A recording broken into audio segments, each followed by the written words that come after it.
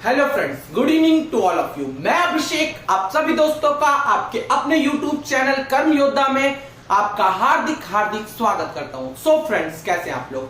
Friends, जैसा कि आप सभी जानते हैं, हम अपनी मॉडर्न हिस्ट्री की क्लासेस बहुत ही धुआंधार ढंग से कर रहे हैं और अब तक हमने 16 मॉडर्न हिस्ट्री की क्लासेस कर ली है और मैंने आपको मॉडर्न हिस्ट्री बिल्कुल बेसिक से सिखाई और बहुत ही एडवांस लेवल तक आपको पहुंचा दिया है और लगभग हम अपनी मॉडर्न हिस्ट्री को एंड अप करने वाले हैं। ठीक है फ्रेंड्स, ज्ञानेंद्र सर ने आपके लिए पॉलिटी के दो बहुत ही बेहतरीन lecture evaluation of Indian constitution, संविधान का विकास अपलोड किया हुआ है। आप प्लेलिस्ट में विजिट करिए, मॉडर्न हिस्ट्री के 16 लेक्चर देखिए और हमारी पॉलिटी के भी दोनों लेक्चर देखिए। करंट अफेयर्स के 500 क्वेश्चन में एक सीरीज मैंने लाई थी जिसमें 25 क्वेश्चन थे, वो भी हमारी प्लेलिस्ट में है, उसे भी जाइए और विजिट करिए और देखिए और अपना प्यार दीजिए। फ्रेंड्स, आप लोग मुझे बहुत ज्यादा लाइक, शेयर और सब्सक्राइब भी कर रहे हैं और बहुत ही ज्यादा प्यार कर रहे हैं, उसके लिए तहे दिल से आप लोगों का धन्यवाद कि आप हमें पसंद कर रहे हैं। लेकिन फ्रेंड्स, अभी भी उस तरीके से हमारे सब्सक्राइबर नहीं बढ़ रहे हैं जिस तरह से बढ़ने चाहिए। अगर आप लोग सारे फ्रेंड्स, जितने भी हमारे सब्सक्राइबर्स हैं, जितने भी हमारे फ्रेंड्स हैं, जितने भी लोग हैं जो हमें देखते हैं, वो सब अगर 5-5 लोगों को भी शेयर करें तो हमारे सब्सक्राइबर और तेजी से ग्रो करेंगे। तो फ्रेंड्स, आपसे रिक्वेस्ट है कि प्लीज चैनल को लाइक करिए, शेयर करिए, सब्सक्राइब करिए, शेयर जरूर करिए। एटलीस्ट 5 सब्सक्राइबर ईच पर्सन से, बस यही हमारी फीस है और यही हमारा मोटिवेशन है। ठीक है फ्रेंड्स? सो फ्रेंड, आज की क्लास शुरू करते हैं। बेटा, हम लोगों ने पिछले लेक्चर में जो चीजें पढ़ी थी उस चीजों को मैं आपको एक बार फिर से समझाता हूं, फिर से एक बार और फिर से समझा देता हूं, फिर से थोड़ा सा फिर से रिकैप देता हूं। ठीक है बेटा, आप सबको पता है कि 1 सितंबर 1943 को क्या होता है? 1 सितंबर 1943 को जो वायसराय लिनलिथगो होता है बेटा, सॉरी, जर्मनी द्वारा पोलैंड पर आक्रमण कर दिया जाता है और इससे क्या हो जाता है बेटा? वर्ल्ड वॉर सेकंड की शुरुआत हो जाती है। ठीक है, अब जो बेटा वायसराय लिनलिथगो होता है वो 3 सितंबर 1939 को क्या कर देता है, यह घोषणा कर देता है कि भारत भी वर्ल्ड वॉर 2 में शामिल है। यह काम कांग्रेस से बिना सलाह मशुरा लिए हुए किया गया। कांग्रेस से साथ इससे कोई भी डिस्कशन नहीं होता है, जबकि सरकार थी, अंतरिम सरकार किसकी थी? कांग्रेस थी। विभिन्न प्रांतों में कांग्रेस के प्रधानमंत्री थे। तो बेटा, इससे क्या होता है? इससे कांग्रेसी नाराज हो जाते हैं और 28 महीने सरकार में रहने के बाद क्या 28 महीने सरकार में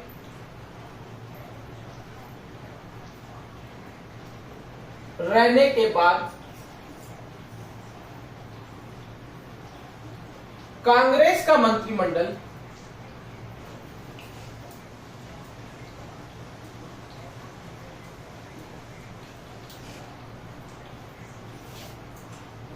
प्रांतों से इस्तीफा दे देते हैं।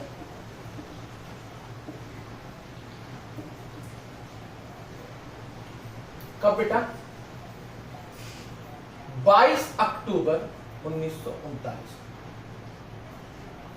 ठीक, कुछ अक्टूबर में भी देते हैं, कुछ नवंबर में देते हैं, लेकिन मैक्सिमम 22 अक्टूबर 1939 को। ठीक है फ्रेंड्स, अब बेटा इस चीज को देखता है जब लिनलिथगो, ये चीज आपको मैंने शायद नहीं लिखाई थी, कल बताया था या बताया भी नहीं था तो बता दिया, लिख लीजिएगा। ओके, अब बेटा क्या होता है, जब ये वायसराय लिनलिथगो ये बात देखता है कि बेटा कांग्रेस जो है वो इस बात से काफी ज्यादा नाराज हो रही है, तो हमें कुछ ना कुछ ललचीला ऑफर लाना चाहिए, कुछ ऐसा ऑफर जिसको क्या, जिससे हिंदुस्तानियों के मन में कोई लालच की भावना आ जाए।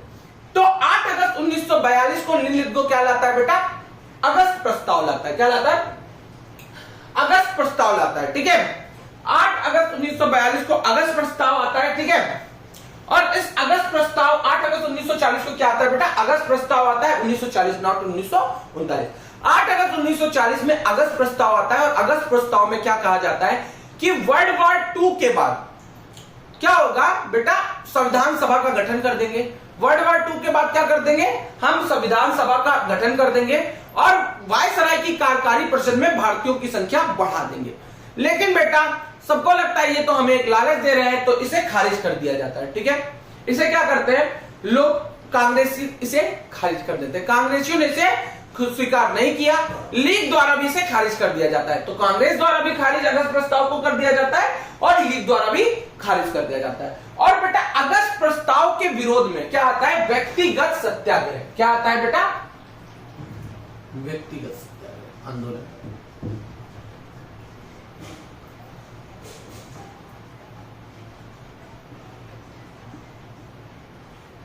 व्यक्तिगत सत्याग्रह आंदोलन। अब बेटा व्यक्तिगत सत्याग्रह आंदोलन क्या था समझते हैं कि एक एक आदमी क्या बनेगा? व्यक्तिगत सत्याग्रही बनेगा। ठीक है, तो बेटा ये कहां पे? महाराष्ट्र में।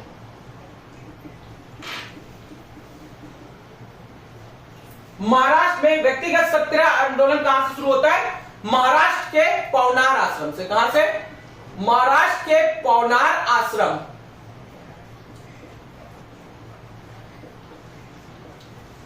ठीक है, 17 अक्टूबर 1940 को प्रथम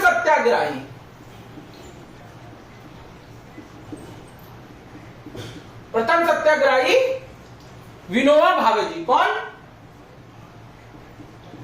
विनोबा, मम्मी बंद कर दो। विनोबा भावे जी।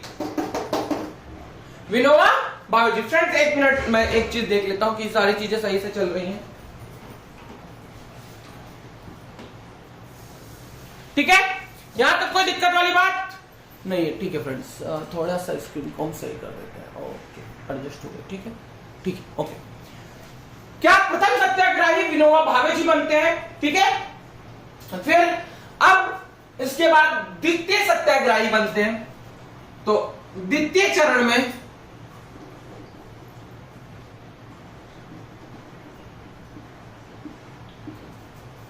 सत्याग्रही बनते हैं जवाहरलाल नेहरू जी।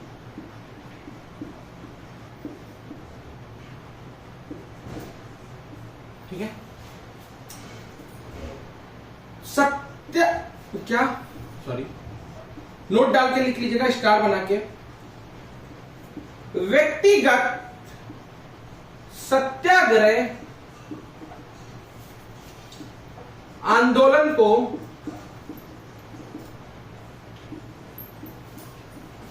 दिल्ली चलो आंदोलन के नाम से भी जाना जाता है।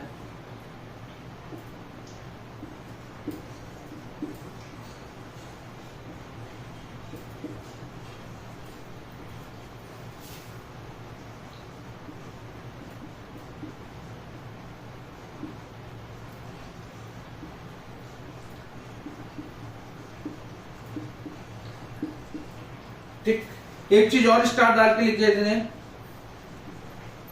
व्यक्तिगत सत्याग्रह आंदोलन अगस्त प्रस्ताव के विरोध में हुआ।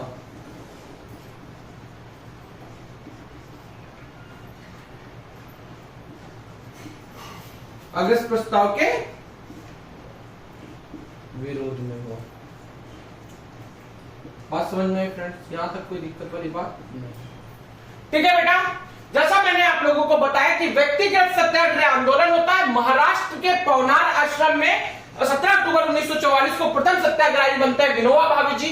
ठीक है, फिर द्वितीय चरण में सत्याग्रही बनते हैं जवाहरलाल नेहरू जी का 1939 में। इस व्यक्तिगत सत्याग्रह आंदोलन की मेन बात क्या थी? तो व्यक्तिगत सत्याग्रह आंदोलन को दिल्ली चलो आंदोलन से के नाम से भी जाना जाता है दोस्तों। और व्यक्तिगत सत्याग्रह आंदोलन अगस्त प्रस्ताव के विरोध में हुआ था। ठीक है दोस्तों, यहां तक फ्रेंड्स आपको कोई डाउट है? कुछ समझ में नहीं आ रहा है? यहां तक की चीजें आप लोगों को बहुत अच्छे से समझ में आ रही होगी, आई थिंक। ठीक है, तो यहां तक आप लोग क्या ले लीजिए बेटा? स्क्रीनशॉट ले लीजिए या कुछ नोट डाउन कर लीजिए। ठीक है, ओके फ्रेंड्स, आगे बढ़ जाते हैं। इसको इरेज कर दूं मैं,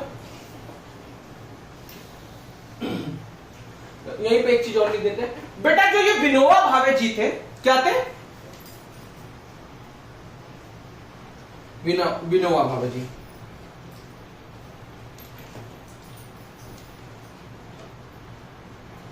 तो इनका एक आंदोलन बहुत ही फेमस है जो इन्होंने पोचमपल्ली तेलंगाना में किया था। आजादी के बाद ये आंदोलन चला था।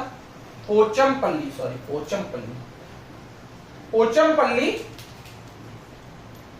तेलंगाना में, पोचमपल्ली तेलंगाना में एक आंदोलन होता है जिसका नेतृत्व कौन करते हैं बेटा? विनोबा भावे जी करते हैं। जिसका नेतृत्व कौन कर रहा था? जिसकी अध्यक्षता या जिसका नेतृत्व विनोबा भावे जी के नेतृत्व में पोचमपल्ली, बच्चों सॉरी दोस्तों फ्रेंड्स, विनोबा भावे जी पोचमपल्ली तेलंगाना में क्या करते हैं बेटा? सॉरी ठीक है, विनोबा भावे जी पोचमपल्ली तेलंगाना में एक आंदोलन का नेतृत्व करते हैं दोस्तों, और उस आंदोलन का नाम क्या होता है बेटा? भूदान आंदोलन। क्या? भूदान आंदोलन, या इसी आंदोलन को क्या कहते हैं? ब्लडलेस क्रांति। ब्लडलेस मतलब जिसमें एक भी खून नहीं बहा, क्योंकि यहां पे कोई भी खून खराबा नहीं होता है, इसलिए इसे ब्लडलेस क्रांति भी कहते हैं। ठीक है, ये बहुत बड़ा आंदोलन भी था, तो इसे भूदान आंदोलन या ब्लडलेस क्रांति कहते हैं, जिसका नेतृत्व दोस्तों विनोबा भावे जी ने किया। ये कहां हुआ था? पोचमपल्ली तेलंगाना में हुआ था। तो दोस्तों कभी कभी ये क्वेश्चन आपसे पूछा जा सकता है। ठीक है दोस्त, ठीक है फ्रेंड्स, कोई प्रॉब्लम है? आई थिंक फ्रेंड्स आपको यहां तक की बातें बहुत अच्छे से समझ में आ रही होंगी, आपको कोई भी डाउट नहीं होगा मेरे फ्रेंड्स। ओके फ्रेंड्स, फिर हम आगे मूव ऑन करते हैं। एक स्क्रीनशॉट ले लीजिए इसका। ठीक है, अब बेटा ये सब तो हो ही रहा था, अब इसके आगे क्या होता है देखते हैं।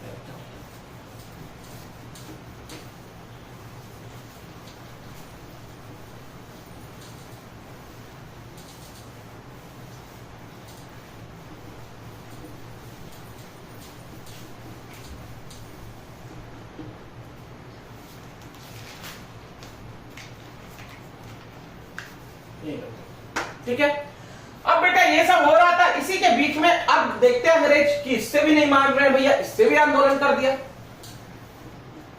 कुछ और लाते हैं। कुछ क्या लाते हैं बेटा? और लाते हैं। तो अंग्रेज एक मिशन भेज देते हैं। कौन सा मिशन बेटा? Cripps mission. कौन सा मिशन? Cripps mission.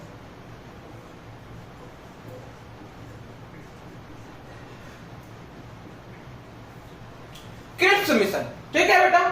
जो क्रिप्स मिशन होता है बेटा, वो जो डिजाइन किया जाता है वो वहां के पीएम डिजाइन करते हैं, विंस्टन चर्चिल द्वारा। तो गठन कब होता है बेटा क्रिप्स मिशन का? गठन होता है 11 मार्च 1942 को। और किसके द्वारा गठन किया जाता है बेटा? पीएम विंस्टन चर्चिल द्वारा। पीएम विंस्टन चर्चिल द्वारा। ठीक है फ्रेंड्स, यहां तक कोई दिक्कत वाली बात नहीं है। किसके नाम पर था? तो क्रिप्स मिशन किसके नाम पे था बेटा? तो सर स्टेफोर्ड क्रिप्स के नाम पे था। क्या? सर स्टेफोर्ड क्रिप्स के नाम पे था। ठीक है, तो इसके अध्यक्ष भी नहीं रहे होंगे। ठीक है, अब बेटा इसके बाद क्या होता है?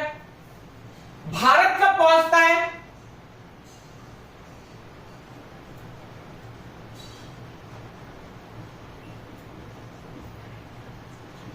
तो 23 मार्च 1942 को भारत पहुंचा। ठीक है फ्रेंड्स, यहां तक कोई दिक्कत, कोई प्रॉब्लम, कोई परेशानी, कोई समस्या आप लोगों को नहीं होनी चाहिए। यहां तक आई थिंक यहां तक की चीजें आप लोगों को क्लियर है। ठीक है फ्रेंड्स, आगे बढ़ते हैं।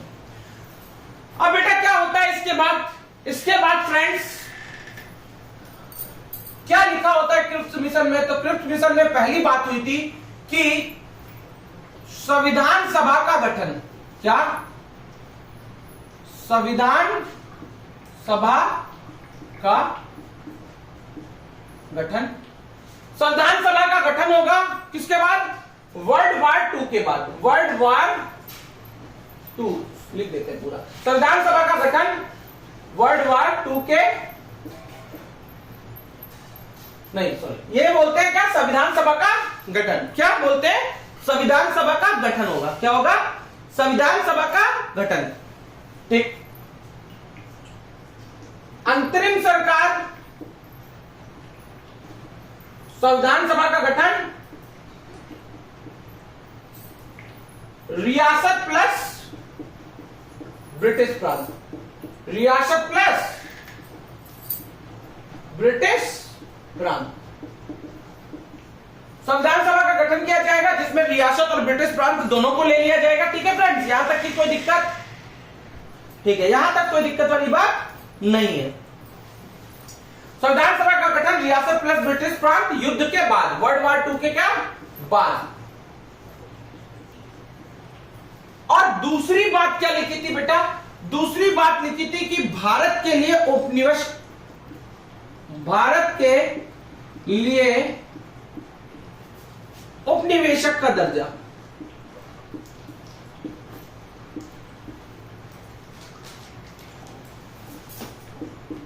दर्जा मतलब dominion status. Dominion status, dominion status का मतलब क्या होता है बेटा? कि जो इंटरनल मामले हैं वो आप देखिए, बाकी जो आपके कौन से मामले एक्सटर्नल मामले हैं वो कौन देखेगा? हम देख लेंगे। ठीक है, बात समझ में आई फ्रेंड्स? समझ में आ रही होगी कि भारत के उपनिवेशक का दर्जा मतलब डोमिनियन स्टेटस, मतलब जो आपके अंदरूनी मामले हैं उनमें हम कोई दखल नहीं देंगे, लेकिन अभी भी आपके एक्सटर्नल अफेयर्स जितने भी आपके बाहरी मामले, विदेशी मामले, उनको हम देखेंगे। ठीक है फ्रेंड्स, यहां तक कोई दिक्कत वाली बात नहीं है। ठीक है, संविधान सभा का गठन किया जाएगा युद्ध के बाद, रियासत प्लस ब्रिटिश प्रांत, और भारत के लिए उपनिवेशक का दर्जा, डोमिनियन स्टेटस दे दिया जाएगा भारत को। ठीक है बेटा, लेकिन कांग्रेस ने इसे क्या स्वीकार नहीं किया? कांग्रेस के द्वारा इसे रद्द कर दिया गया।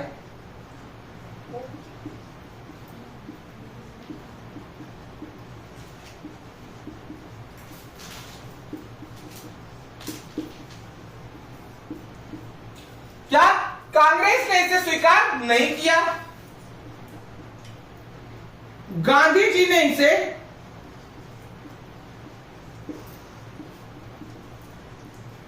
क्रिप्स मिशन को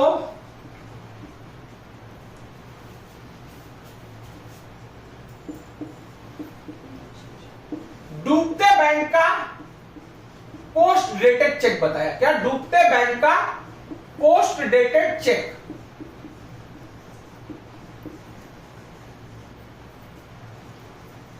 गांधी जी ने क्या कहा? गांधी जी ने कहा कि डूबते हुए बैंक का पोस्ट डेटेड चेक है, मतलब जो बैंक डूबने वाला है वो हमें बाद का चेक दे रहा है, इसकी गारंटी नहीं कि बैंक रहेगा भी कि नहीं भी रहेगा। ठीक है, क्योंकि पता था गांधी जी को कि ये क्या है, वर्ल्ड वॉर सेकंड में बहुत ज्यादा प्रभावित है, और वर्ल्ड वॉर सेकंड के बाद ये जीतेंगे भी नहीं जीतेंगे कुछ पता नहीं है, इसलिए गांधी जी ने क्रिप्स मिशन को डूबते बैंक का पोस्ट डेटेड चेक बोला। ठीक है फ्रेंड्स, यहां तक की बातें आप लोगों को क्लियर है? आई थिंक कि यहां तक आप लोगों को सब कुछ समझ में आ रहा है। ठीक है, आगे बढ़ते हैं। अब बेटा, खामी और कमी क्या थी इस क्रिप्स मिशन में? खामी कमी क्या थी? कोई दिक्कत वाली बात नहीं थी, लेकिन इसमें एक खामी और कमी क्या थी? इसकी जो मेन कमी थी क्या थी बेटा? तो बेटा, जो क्रिप्स मिशन की मेन कमी थी, कोई भी फिक्स डेट नहीं थी। क्या? फिक्स्ड डेट नहीं।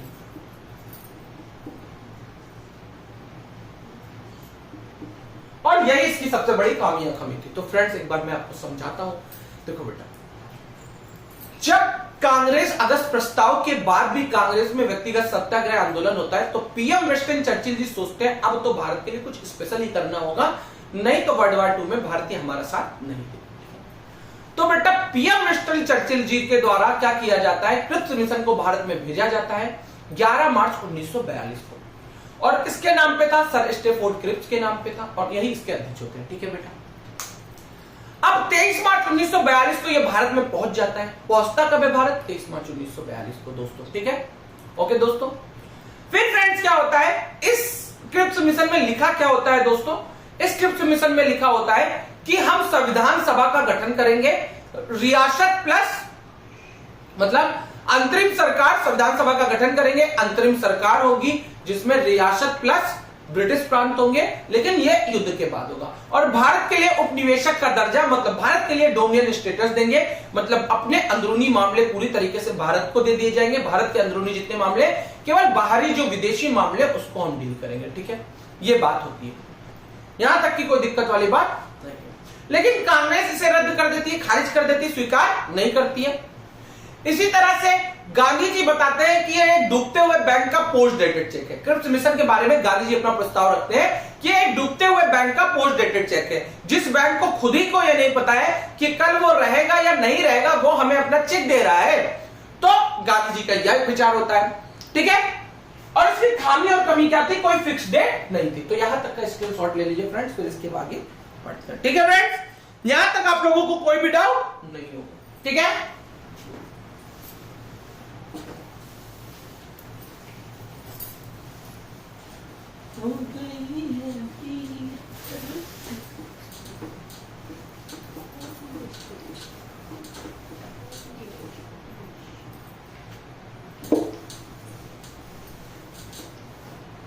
अब बेटा क्या होता है आगे?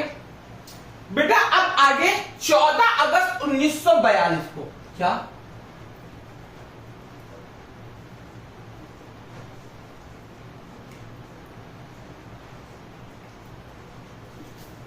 वर्धा में मीटिंग होती है। कहां पे? वर्धा में मीटिंग।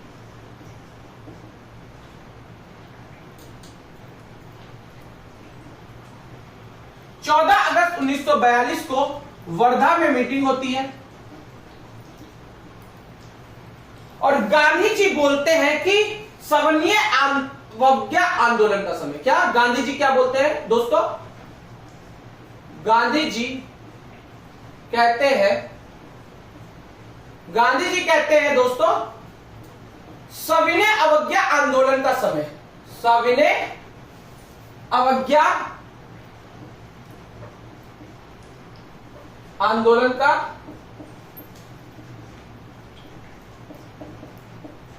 समय। गांधी जी देखो 14 अगस्त 1942 को वर्धा में मीटिंग होती है और गांधी जी बोलते हैं कि अब सवर्ण अवज्ञा आंदोलन का समय आ गया है। लेकिन बेटा सी राजगोपालाचारी जी इसका बहुत विरोध करते हैं। सी राजगोपालाचारी जी द्वारा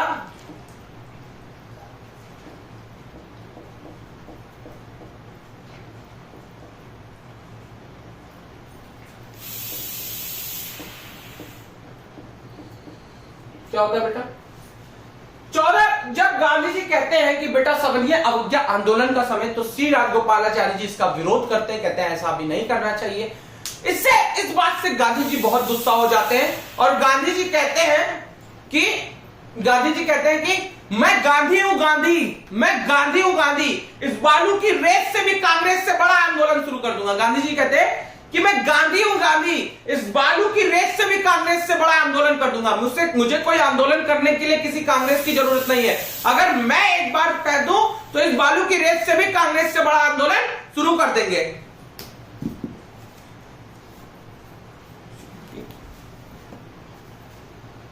ठीक है, समझ में आई बात? यहां तक कोई दिक्कत वाली बात नहीं है, ठीक है बेटा। सॉरी, ये 14 जुलाई 1942, 14 जुलाई 1942, 14 जुलाई 1942, ठीक। अब इसके बाद क्या होता है बेटा? अब इसके बाद बेटा 7 अगस्त 1942 को क्या 7 अगस्त 1942 को क्या होता है बेटा? कांग्रेस की मीटिंग होती है। क्या होती है बेटा? कांग्रेस की मीटिंग होती है। किसकी मीटिंग होती है दोस्तों? कांग्रेस की मीटिंग होती है दोस्तों। ओके फ्रेंड्स, एक्चुअली में मेरी थोड़ी आदत है कि मैं बेटा बोलता हूं, लेकिन उस आदत को मैं चेंज करूंगा। डेफिनेटली कुछ लोगों की कमेंट्स थे कि हम फ्रेंड्स बोले, क्योंकि हाँ जाहिर सी बात है कि बड़े भी लेक्चर्स देखते हैं तो मुझे फ्रेंड्स ही बोलना चाहिए, लेकिन थोड़ी मिस्टेक्स हो जाती है जिसके लिए मैं सॉरी भी बोलता हूं फ्रेंड। मैं कोशिश करूंगा कि मैं उस बेटे वर्ड को दोस्तों के या फ्रेंड्स के वर्ड से क्या कर दो, चेंज कर दो, ठीक है। ओके फ्रेंड्स, 7 अगस्त 1942 को कांग्रेस की मीटिंग होती है। कहां? कांग्रेस की मीटिंग होती है और जवाहरलाल नेहरू जी क्या रखते हैं? जवाहरलाल नेहरू जी भारत छोड़ो आंदोलन का प्रस्ताव रखते हैं। क्या? भारत छोड़ो आंदोलन का प्रस्ताव रखते हैं।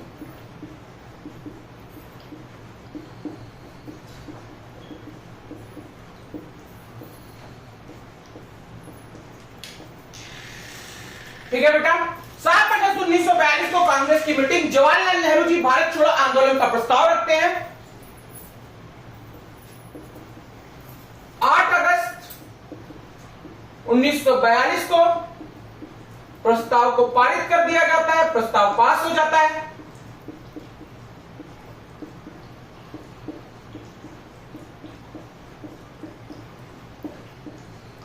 ठीक है। और 8 अगस्त 1942 को बेटा भारत छोड़ो दिवस मनाया जाता है। क्या मनाया जाता है? भारत छोड़ो दिवस मनाया जाता है।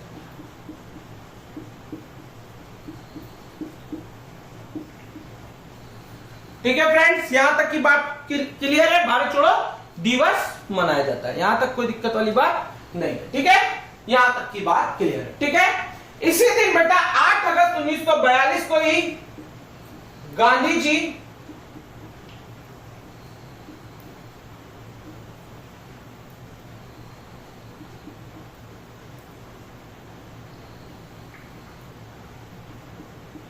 दोस्तों 8 अगस्त 1942 को गांधी जी करो या मरो का नारा देते हैं। फ्रेंड्स क्या देते हैं?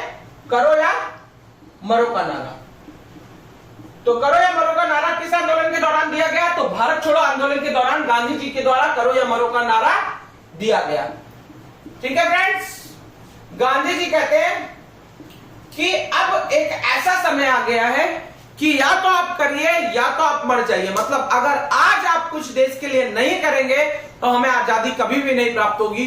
गांधी जी जो बहुत बड़े अहिंसा के पुजारी थे वो भी कहते हैं कि अब एक ऐसा टाइम है कि हमें कुछ करना ही करना होगा, आप कुछ भी करिए। तो मतलब वो एक तरीके से कहते हैं कि अगर हिंसा करिए तो भी सही है, कुछ भी करिए लेकिन करिए, नहीं तो हमें मरना ही होगा। तो करो और मरो का नारा देते हैं 8 अगस्त 1942 को। ठीक है, अब बेटा 10 अगस्त 1942 को भारत छोड़ो आंदोलन स्टार्ट होने वाला होता है, लेकिन उससे पहले ही है 9 अगस्त 1942 को 9 अगस्त 1942 को क्या होता है बेटा? रात को 12 बजे, रात को 12 बजे 9 अगस्त 1942 को क्या होता है बेटा? रात को 12 बजे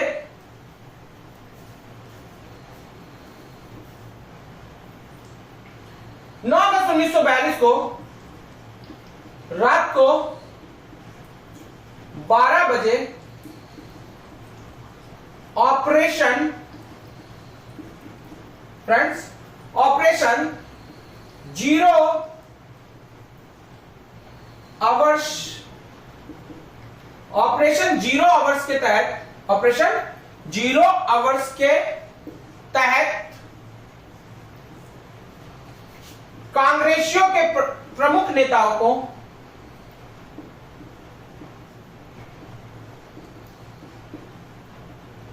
कांग्रेसियों के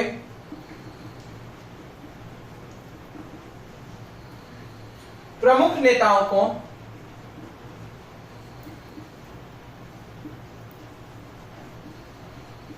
गिरफ्तार कर लिया जाता है।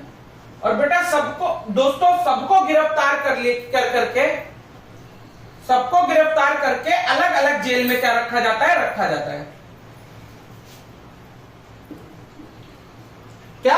रात को 12 बजे ऑपरेशन 0 आवर्स के तहत कांग्रेसियों के प्रमुख नेताओं को गिरफ्तार कर लिया जाता है और गिरफ्तार करके सबको अलग अलग जेल में रखा जाता है। अब हम बेटा देखेंगे कि किसको कौन सी जेल में रखा जाता है, तो यहां तक आप लोग नोट कर लीजिए। ठीक है,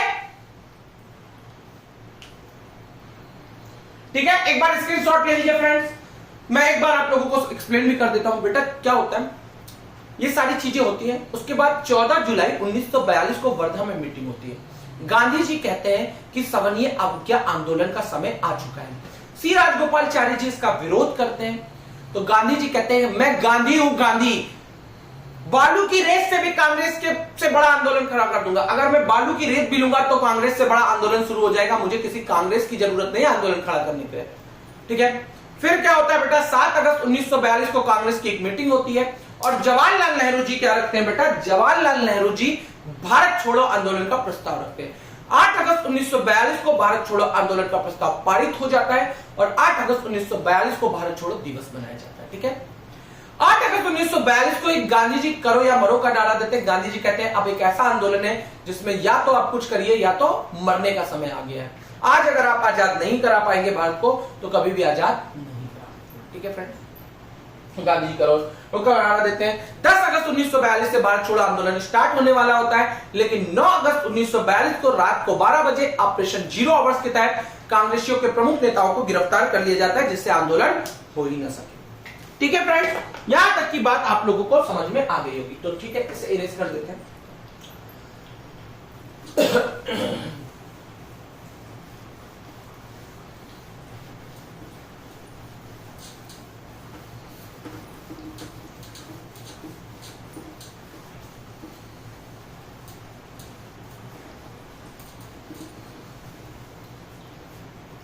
ठीक है फ्रेंड्स, तो कौन से कांग्रेस के नेता को कहां रखा जाता है,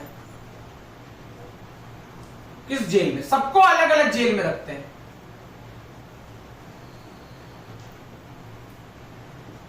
okay friends, sorry friends, Congress के नेता और जेल। तो बेटा सबसे पहले डॉक्टर राजेंद्र प्रसाद जी को, किसको बेटा? डॉक्टर राजेंद्र प्रसाद, डॉक्टर राजेंद्र प्रसाद जी को रखते हैं बेटा बांकेपुर जेल में। कहां पे? बांकेपुर जेल। कहां पड़ती है बांकेपुर जेल? पटना में। उसके बाद दूसरे नंबर पे जवाहरलाल नेहरू जी,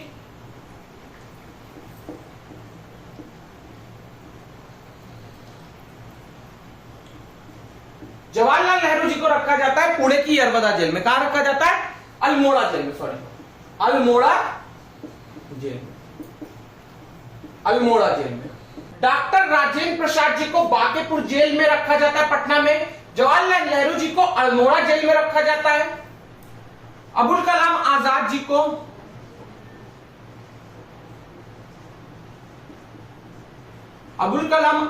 जी को बांकुड़ा जेल में रखा जाता है। कहां पे बेटा? बांकुड़ा जेल, बांकुड़ा जेल में रखा जाता है। जेपी नारायण जी,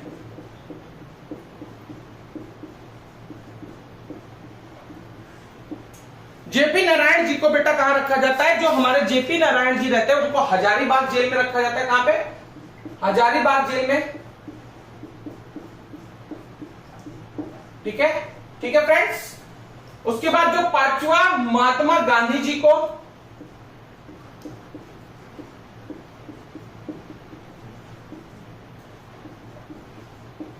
आगा खां पैलेस, आगा खां पैलेस में रखा जाता है। कहां पे?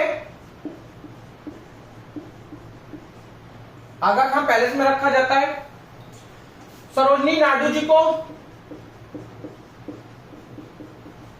सरोजनी नायडू जी को भी आगा खां पैलेस में रखा जाता है। कहां रखा जाता है बेटा? आगा खां पैलेस में। ठीक है फ्रेंड्स, यहां तक कोई दिक्कत वाली बात है? कस्तूरबा गांधी जी को भी गिरफ्तार कर लिया जाता है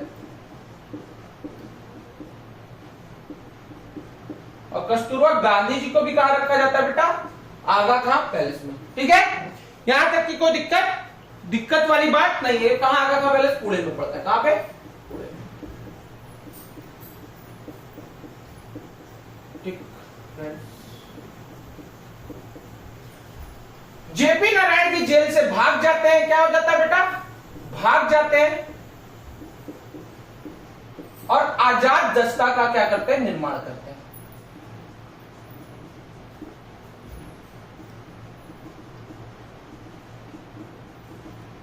का गठन।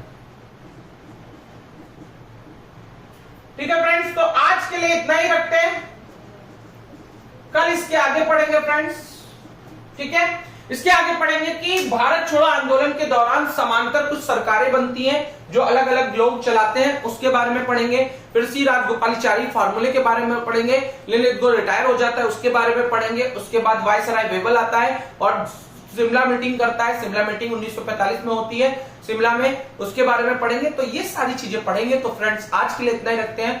तब तक के लिए बेटा दोस्तों फ्रेंड्स, अगर आपको सेशन अच्छा लगा है फ्रेंड्स तो लाइक करिएगा, शेयर करिएगा और सब्सक्राइब करिएगा। आज के वीडियो का लक्ष्य है कि एटलीस्ट 100 लाइक और कम से कम 500 व्यूज और कम से कम हमारे जो सब्सक्राइबर इंक्रीज होने चाहिए, 50 प्लस सब्सक्राइबर यूज होने चाहिए। अभी हम 251 पे 300 तक पहुंच जाए। अगर ये बहुत ही छोटी बात है फ्रेंड्स, अगर एक हमारे जो सब्सक्राइबर हैं, जो हमारे व्यूवर्स हैं, अगर एक व्यूवर्स 5 लोगों को भी शेयर करेगा तो बहुत ही इजीली हम टारगेट को अचीव कर लेंगे। ठीक है फ्रेंड, तब तक के लिए बेटा अपना ख्याल रखिएगा, अपना ध्यान रखिएगा। लेकिन कुछ बातें जो मैं आपको बोल दूंगा फ्रेंड्स, एक बार फिर से जाते जाते मैं आपको बता दूं फ्रेंड्स, देखिए मैंने बहुत ही मेहनत से ये सेशंस लिए हैं, बहुत ही मेहनत की है, अलग अलग नोट्स लिए हैं, अलग अलग चीजें ली हैं, फिर ये क्या नोट्स आपके लिए बेस्ट नोट्स आपको प्रोवाइड कर रहा हूं, जो चीजें बेस्ट हो सकती हैं, जो केवल एग्जाम रिविलिएंट कंटेंट है, एग्जाम से रिलेटेड कंटेंट है, जो एग्जाम में आपको सीधे सीधे देखने को मिलेगा।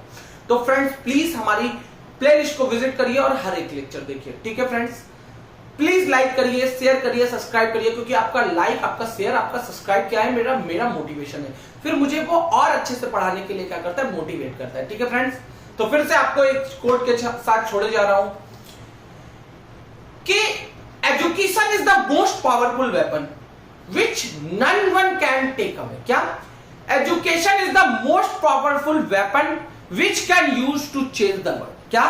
Education is the most powerful weapon which can use to change the world. मतलब शिक्षा वो सबसे पावरफुल हथियार है जिसका यूज आप दुनिया को बदलने, वर्ल्ड को चेंज करने के लिए कर सकते हैं। तो शिक्षा सबसे बड़ा हथियार है, शिक्षा से सब कुछ चेंज किया जा सकता है। ठीक है फ्रेंड, तो फिर से आपको उसी कोट्स के साथ छोड़े जा रहा हूं। हो गई है पीर पर्वत सी पिघलनी चाहिए, इस हिमालय से फिर कोई गंगा निकलनी चाहिए। सिर्फ हंगामा फैलाना मेरा मकसद नहीं, मेरी कोशिश है कि ये सीरत बदलनी चाहिए। मेरे सीने में ना सही, तेरे सीने में सही, लगी हो आग कहीं भी आग लगनी चाहिए।